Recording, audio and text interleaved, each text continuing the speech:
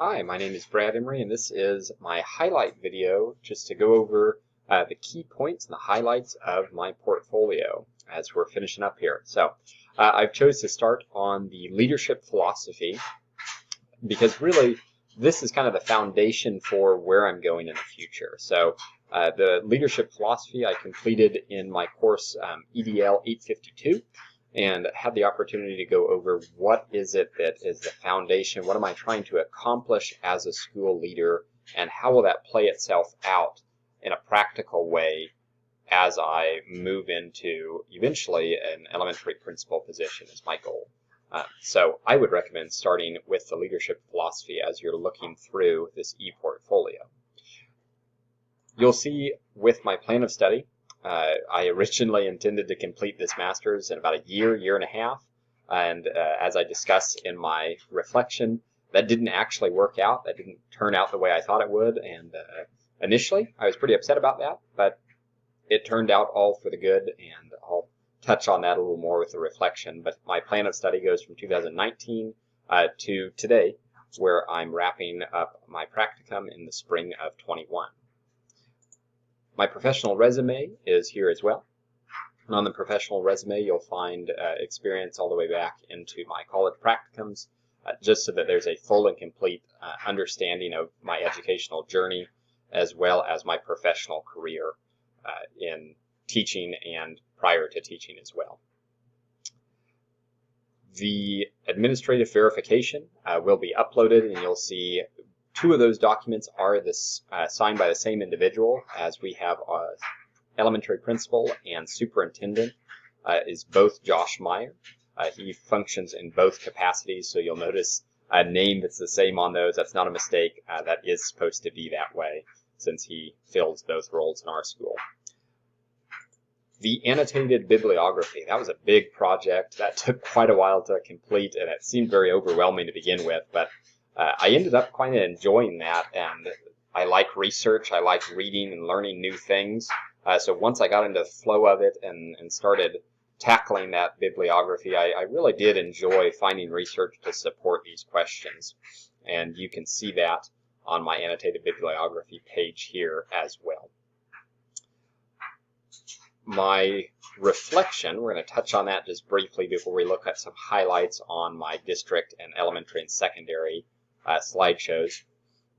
This was honestly more challenging for me than the bibliography. It didn't take near as much time or research or effort, but on a level of just difficulty for me to get going on and to come up with a final product, this was one of the most difficult things to do on this whole ePortfolio. I think it's because trying to look back over such a intense and big content for my coursework as a graduate student was difficult to really dig through and find what's the most important and what has it done for me both professionally and personally.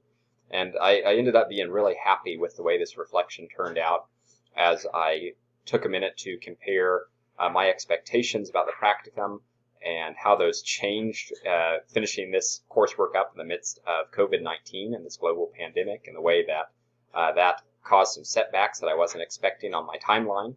I had originally intended to wrap this whole project up and be graduated in the winter of 2020. I wanted to be done by Christmas and graduated, and with COVID-19 hitting and the pandemic changing the way we do schooling, that didn't happen. And that was pretty hard for me to swallow my pride and to ask for an extension and to change. But I tell you what, at the end of the day, when I look back at it, that really has been a good thing for me. It's forced me out of my comfort zone. It's forced me to be flexible. It's gone against my organization and wanting to be done with things in a way that I imagine school leaders really experience as they have different challenges that pop up that you can't expect and you're not ready for. So I dive into that in this reflection. I was really pleased with how that all turned out. So I'm eager for you to have an opportunity to review that as well. I'd like to use the remainder of our video here to touch on my district and elementary and secondary slideshows and just highlight a few key points on those, a few things for you to note as you're looking through my ePortfolio here. So let's start with the district activities. And I'm just going to briefly run through these slideshows, and I'll pause and give a little more time on the ones that really stand out to me or had more impact or took more time for me.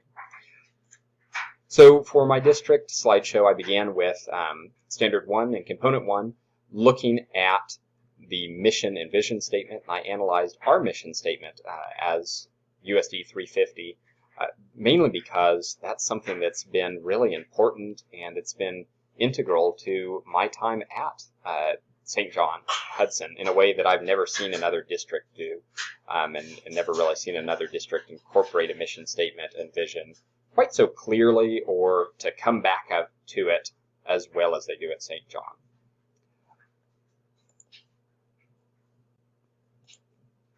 Accidentally started this slide there.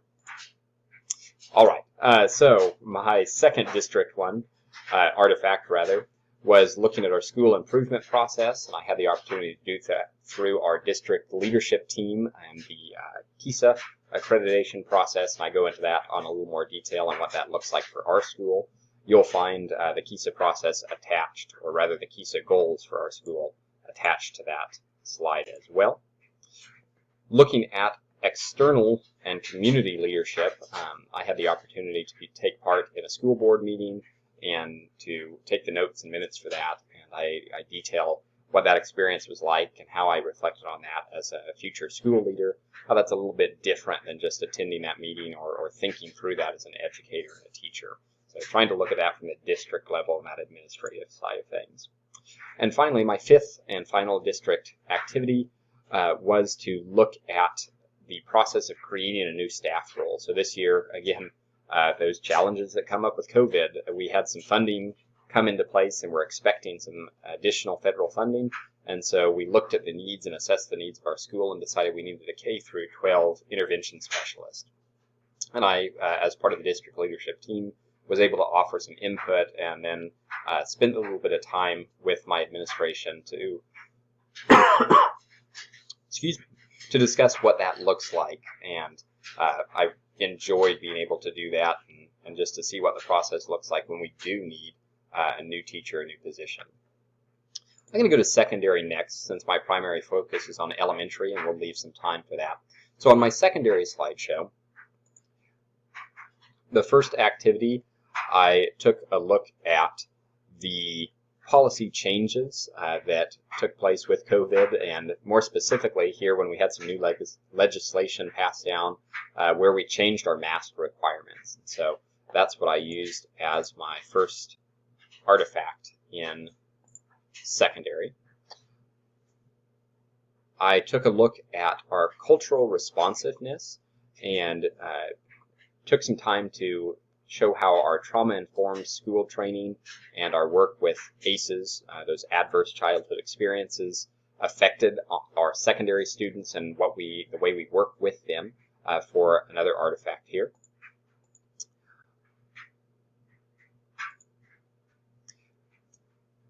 I talked a little bit about our poverty simulation and how that's a root cause of inequality and inequity in our school, and some of my own assumptions and biases that came along with that for another artifact on the secondary level. This is one of my personal favorites, and so I'm going to pause on this for a minute. So for community and external leadership, I chose to focus on an activity, an annual event that my wife and I had the opportunity a few years back to start, and we planned it, we created it based on some other things we had seen, and this event is a Trash to Trends art competition where we encourage students from our school and surrounding schools to use recycled and reused materials to make clothing, specifically dresses or formal wear. And initially it started off kind of small, but we did have, I believe, 8 schools that first year, and we've had anywhere from 5 to 8 schools coming in. And the reason that I chose to put this as part of my leadership portfolio, and the reason I'm highlighting it as one of my main points here, is in organizing this event and then in changing this event to fit within COVID regulations. I feel like I really had the opportunity for ownership of all the challenges that come along with organizing an event, and all of the new and different little things that pop up on the day of, and the challenges that come with organizing teachers and students and a meal, and all of that just really contributed to some really good leadership skills and opportunities to think through things that I otherwise don't know that I would even address. So take the time to check that out for sure. If you are skimming through this, this is one worth stopping at. Looking at our operations and management, we are near to the Quivira Wildlife Reserve, and we had some issues in our county with water rights and the management of that, how that's going to affect our school financing. So I chose to look at that for an additional artifact here.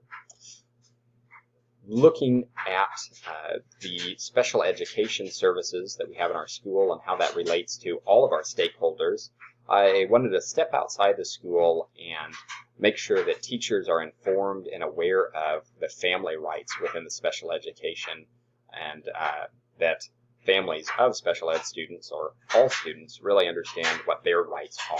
That's what this slide focuses on at the secondary level. And as far as building professional capacity, I took some time and observed some secondary classrooms and had the opportunity to reflect on that and share that in this slide. So I'm going to move on over to our elementary slideshow here, and we're going to move pretty quickly through these, even though this is the bulk of my slides, and I would encourage you to spend the most time on this one since there are 10 slides and my goal is to become an elementary principal. For my first artifact on the elementary level, I looked at our mentorship and my classroom management plan. So I had the opportunity to have a student teacher in my first couple of years at St. John, which was a surprise to me, but it was encouraging also from a leadership perspective to consider how can I work with a student teacher to make sure that they are learning what they need to, and that I'm growing as a mentor and as a leader as well. That's my first artifact for elementary. For my second artifact, I talk about our student improvement team and the process that we have for tiered intervention and learning, and my role on that, how that's related to our leadership studies and my future role as a principal. For my, I believe it's the third artifact, I look at our inequality in the school. I said this was secondary, and now I'm looking at these little slides and realizing I had mixed that up with one of them, so sorry about that. This one is looking at emotional poverty. We went to a Ruby Payne training over in Larned for some professional development. Then coming back from that, I took the time to reflect and analyze what does this all look like on an administrative level? How does this affect our kiddos? And what does it look like for our teachers as well? For learning and instruction, I was part of a curriculum committee to come up with a social emotional learning curriculum for our school, and that's what this artifact is about. Taking a look at our reading and ESL instructional alignment for learning and instruction, I wanted to analyze for our ESL students and our reading standards and how those relate. Do those overlap, and in what ways do they overlap? So that's my artifact here. My other learning and instruction artifact is looking at our standards-based grade cards and how those are a benefit to students and teachers and the way that they encourage formal and informal observation and assessment from teachers and really drive instruction in that way. Looking at more learning and instruction, this is heavily focused in elementary, I wanted to touch base on how our Go Math curriculum pans out and plays out with our elementary building and teachers. As far as external and community leadership, this is some math instruction and interaction I had with parents through Google Classroom to take some time and working with them to get through all these videos here. This is a grant that I wrote for Sphero and how that relates to our community. And to wrap it all up, I have some Greg Tang math resources that I used within my classroom and other teachers. So thank you for looking at my highlight video.